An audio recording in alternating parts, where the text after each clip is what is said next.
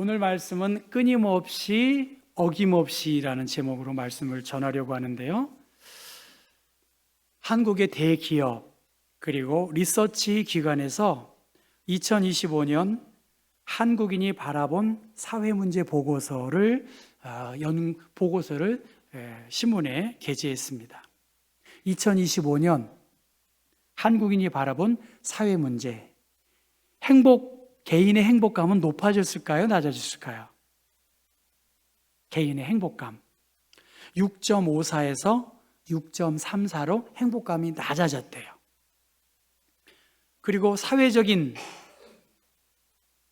문제가 삶에 미치는 부정적인 영향은 6.78%에서 6.97%로 사회적인 문제가 부정적으로 영향을 끼치고 있다라고 그렇게 말하고 있습니다. 그래서 자신의 경제 수준을 비관하고 외로움을 느끼는 사람일수록 사회에 대한 불만이 높아지고 특정 사회 문제에 편향되는 등 부정적인 심리가 더 커졌다라고 그렇게 말합니다. 그래서 그 연구진들은 경제 수준을 비관하고 외로움을 느끼는 사람들이 점점 더 많아지고 있다는 거예요. 체감하는 경제도 삶도 불만족스럽고 사회 문제까지 삶을 더 힘들게 한다라고 하는 인식 등이 더 높아져서 이 불안한 마음들이 더 통계적으로 나타난다라고 그렇게 말합니다. K컬처, K문화, K푸드 여러 가지 이야기들을 하지만 굉장히 삶이 어렵다라고 그렇게 말하는 분들이 있습니다. 우리 교인도 제가 통화를 길게 했는데 목사님 너무 어렵습니다.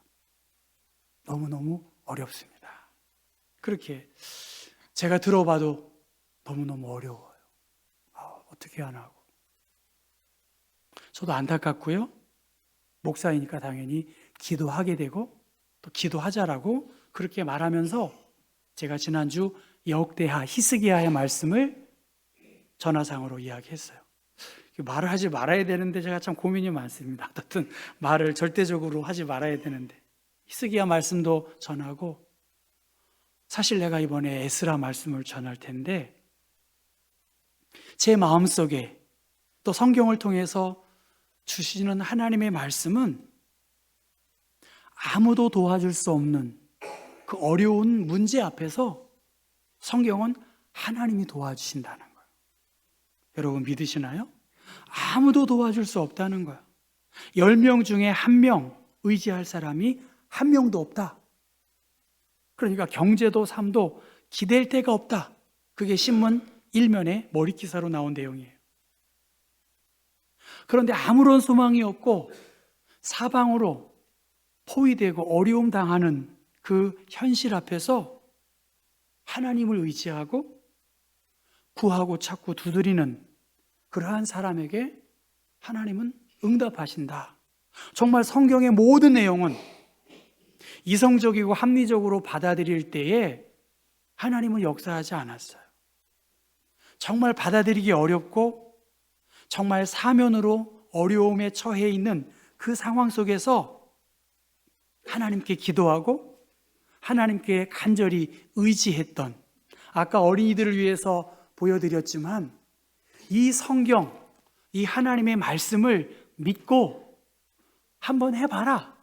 그렇게 행한다면 큰 기쁨을 얻을 텐데 우리의 생각과 경험들이 이 하나님의 일하심들을 제한할 때가 있다는 것입니다. 에스라 5장, 6장 성전에 대한 내용 그리고 성전을 통해서 하나님이 얼마나 영광과 부흥을 주실지 그 말씀을 전하고 있습니다. 고레스의 칙령을 통해서 바벨론에서 이들은 고국으로 돌아왔고 그 왕의 칙령에 의해서 성전을 꿈에 그리던 성전을 다시 건축하게 되었습니다. 성전을 건축하다가 자기의 동족인 사마리아 사람들의 회방, 그들의 종교적 혼합주의적인 생각을 통해서 오히려 페르시아에서 파견 나온 총독 관리들을 이간질시키고 모함하면서 저 유대인들이 성전을 짓고 혹 반란을 꾀할지도 모른다, 이렇게 음해하는 일들을 계속 자행했습니다. 그래서 성전 건축이 16년 동안 멈춰진 거예요. 이 상황 속에서 학개와 스가랴가 하나님의 감동을 받고 스룹바벨과 예수아를 통해서 하나님의 성전을 다시 시작해야 된다 하는, 어떻게 보면 페르시아의 법 질서를 위배하고 그 일을 행한 거예요. 당연히 총독이나 또 관료들이 말을 하는 것이죠. 누가 너희에게 이 성전을 새로 다시 건축하도록 명령했느냐? 이름을 대봐. 그랬더니 이 성전 건축하는 사람들이 누구가 이 성전을 건축하라고 했습니다. 당당하고 자신 있게 그렇게 말하니까 그 총독과 관리들이 정말 그 말에 권세 앞에 주눅들어서 유다 장로들을 돌보셨으므로, 이건 하나님이죠. 하나님이 유다 장로들을 돌보셨으므로 총독 다뜨네와 스달보스네의 혹은 동료들의 그 입장을 뒤로 하고 편지를 다리오 왕에게 보내고 그 편지가 어떠한지를 응답해 준 것이 오늘 6절부터 12절까지의 내용인 것입니다. 편지를 다리오 왕이시여, 지금 유대인들이 성전을 건축하고 있는데 이것이 적합한 것입니까? 아니면 저 사마리아 사람들이 말하는 것처럼, 혹은 유대인들을 싫어하는 그 사람들이 말한 것처럼 반국가적인 행동을, 음모를 꾸미는 행동입니까? 라고 묻는 거예요.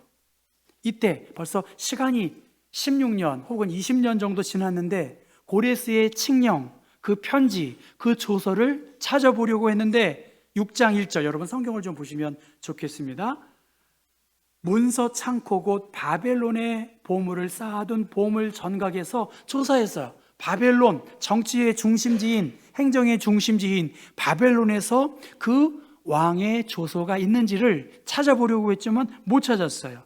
그래서 6장 2절, 메데도 앙메다 궁성이라고 하는 페르시아 제국의 여름 수도 별궁에 감추어진 이 두루마리를 발견한 거예요. 다른 말로 말하면 성전 건축을 싫어하거나 반유대주의적인 생각을 가지고 있는 사람들이 그들에게 불리할 것을, 왕의 조서를 숨겨둠으로 말미암아 이 일이 드러나지 않고 진척되지 않도록 하려고 했는지도 모르겠어요.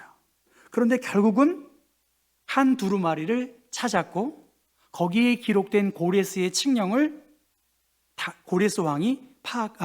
다리오 왕이 발견한 것입니다. 여러분 6장 3절 4절 한번 읽어볼까요? 6장 3절 성경을 좀 찾으셔요.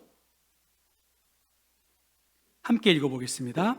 고레스 왕 원년에 조서를 내려 이르기를 예루살렘에 있는 하나님의 성전에 대하여 이르노니 이 성전 곧 제사 드리는 처소를 건축하되 지대를 견고히 쌓고 그 성전의 높이는 60규빗으로 너비도 60규빗으로 하고 4절 큰 돌 세 켜에 새 나무 한 켜를 놓으라.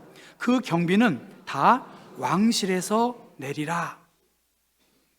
5절 더 읽어볼까요? 또 느부갓네살이 예루살렘 성전에서 탈취하여 바벨론으로 옮겼던 하나님의 성전 금, 은 그릇들을 돌려보내어 예루살렘 성전에 가져다가 하나님의 성전 안 각기 제자리에 둘지니라 하였더라라고 하는 이 고레스의 칙령, 문서를 발견한 거예요. 지금 이스라엘 사람들 성전을 건축하고 있어요. 처음은 자기 도움을 받았지만 지연이 되었고 다시 시작했으니까 아마 페르시아의 정부로부터 재정적 도움을 받지 못했을 거예요. 그럼에도 허락만 해주면 가능할 텐데 그걸 막았어요.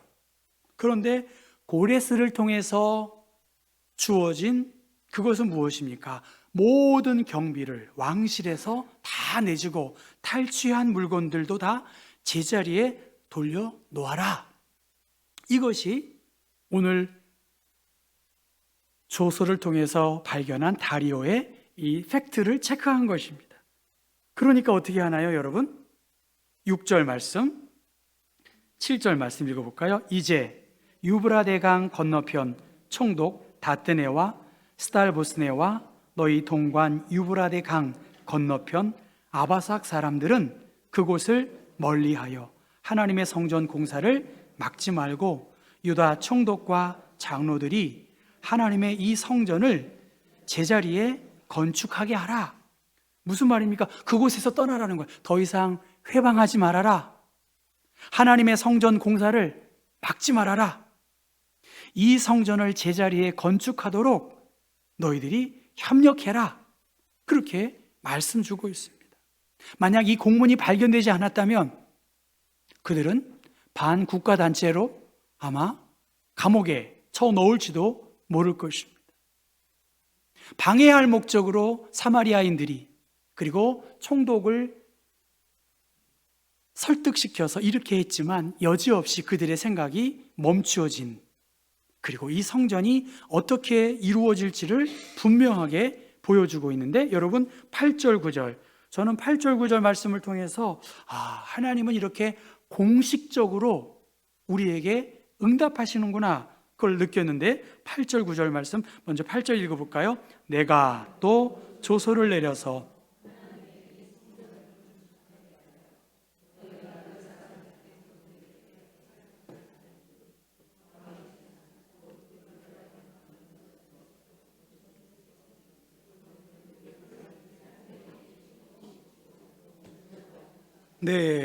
끊임없이요. 왕의 재산 곧 유브라데 강 건너편에서 거둔 세금 중에서 그 경비를 이 사람들에게 끊임없이 주어서 그들로 성전 건축이 멈추지 않도록 끊임없이 그들의 요구대로 공급해 주어라. 그렇게 말씀해 주셨어요.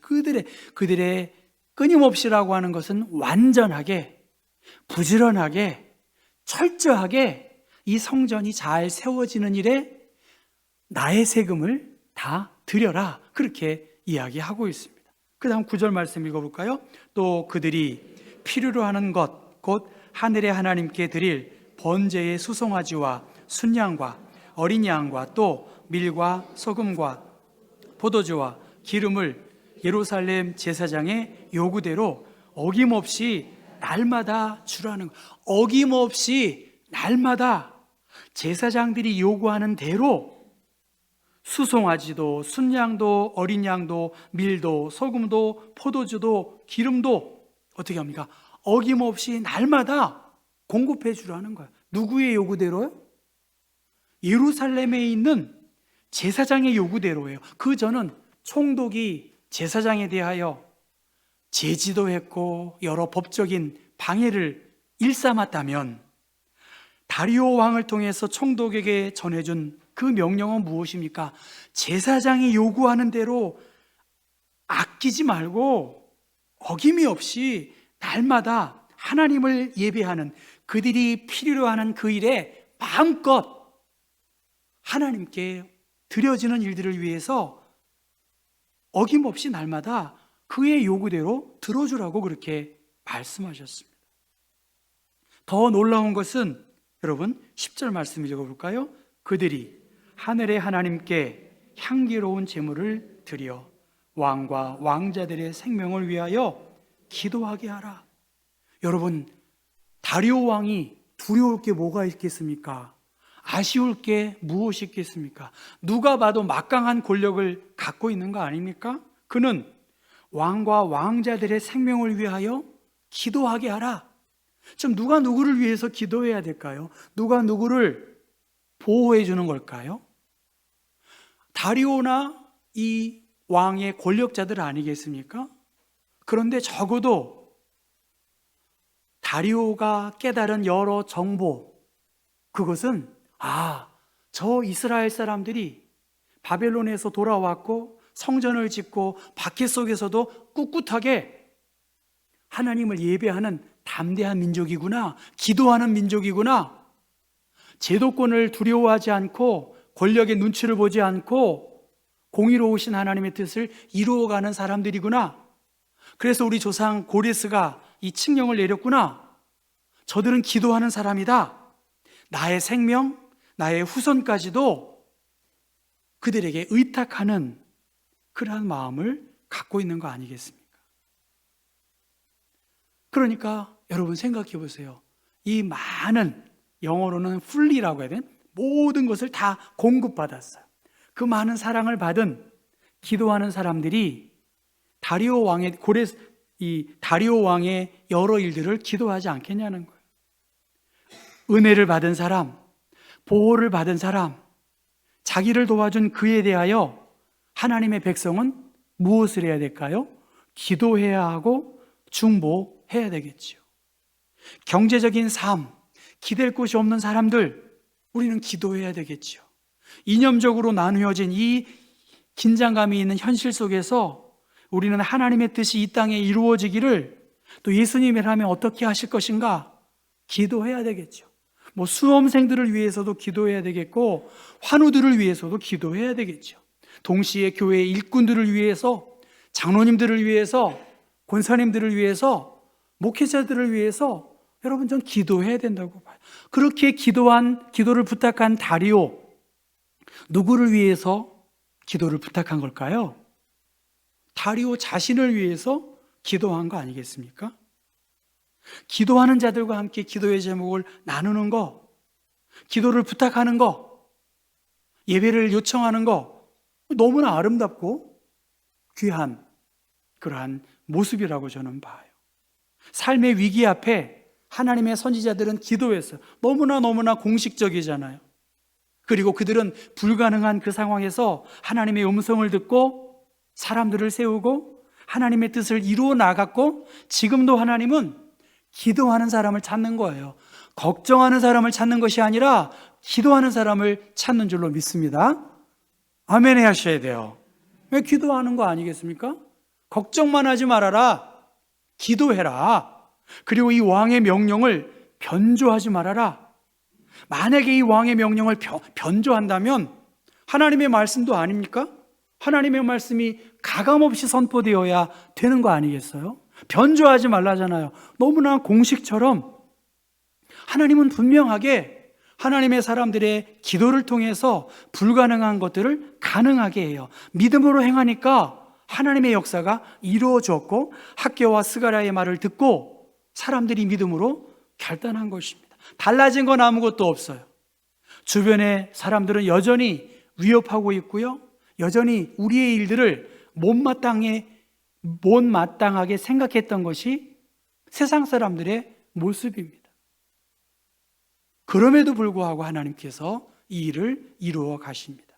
하나님은 반전시킨다는 거예요. 이 환경과 여건에 굴하지 않고 하나님의 일을 하나님의 때에 맞게 하나님의 사람을 통해서 그 일을 이루어서 성전을 위하여 끊임없이 어김없이 그 일을 이루어 나가신다는 거예요.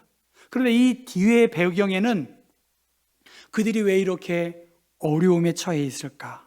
왜 바벨론에서 포로로 끌려갔고 왜 이 성전 공사가 지연되었는지 다 나의 부족함과 허물이라는 통합적인 고백 속에서, 회개의 은총 속에서 이 모든 일들이 복합적으로 이루어진 것입니다.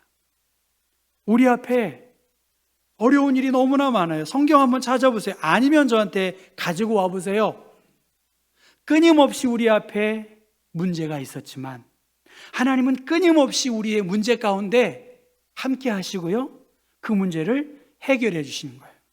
아낌없이 하나님께서는 우리를 물붓듯 주의 성령의 권능으로 우리에게 간섭하시고 우리의 마음을 녹화하시는 거예요.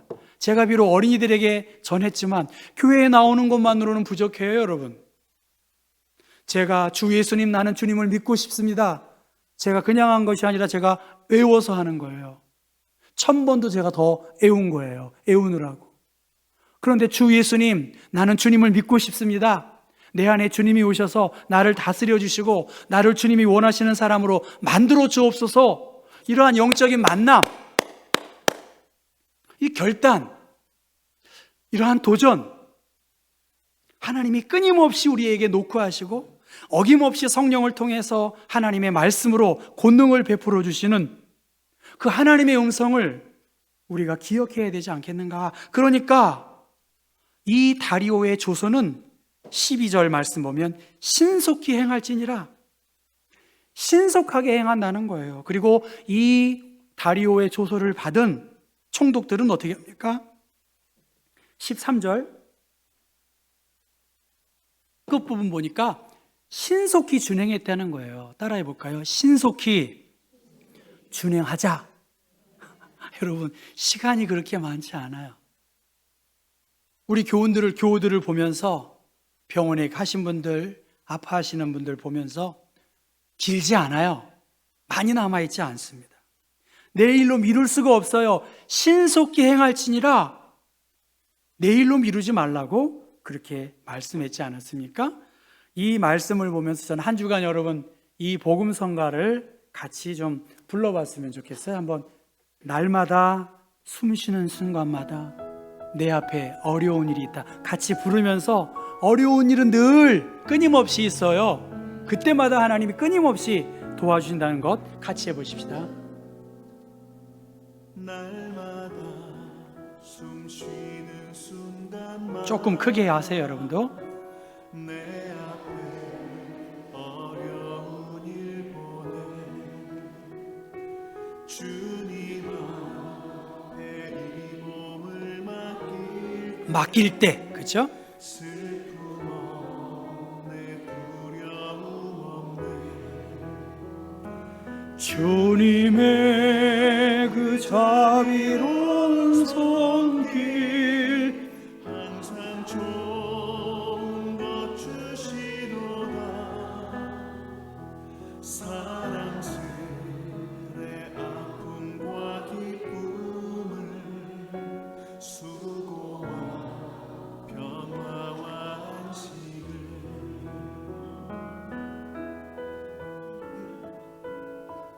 날마다 주님 내 곁에 계셔 자비로 날 감싸주시네. 주님 이 몸을 맡길 때 힘주시네, 위로함 주네.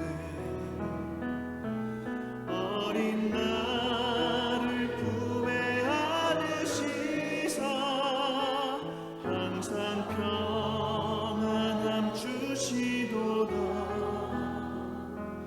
내가 살아 숨을 쉬는 동안 살피시 약속하셨네.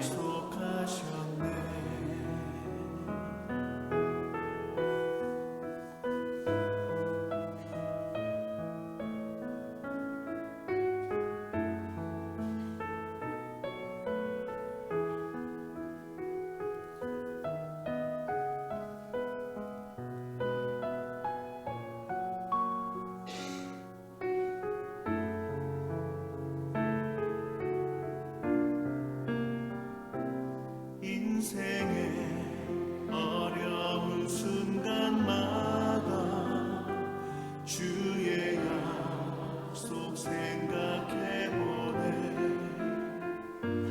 내 맘속에 믿음 잃지 않고 말씀 속에 위로를 얻네.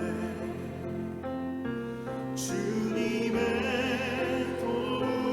바라보며 모든 어려움이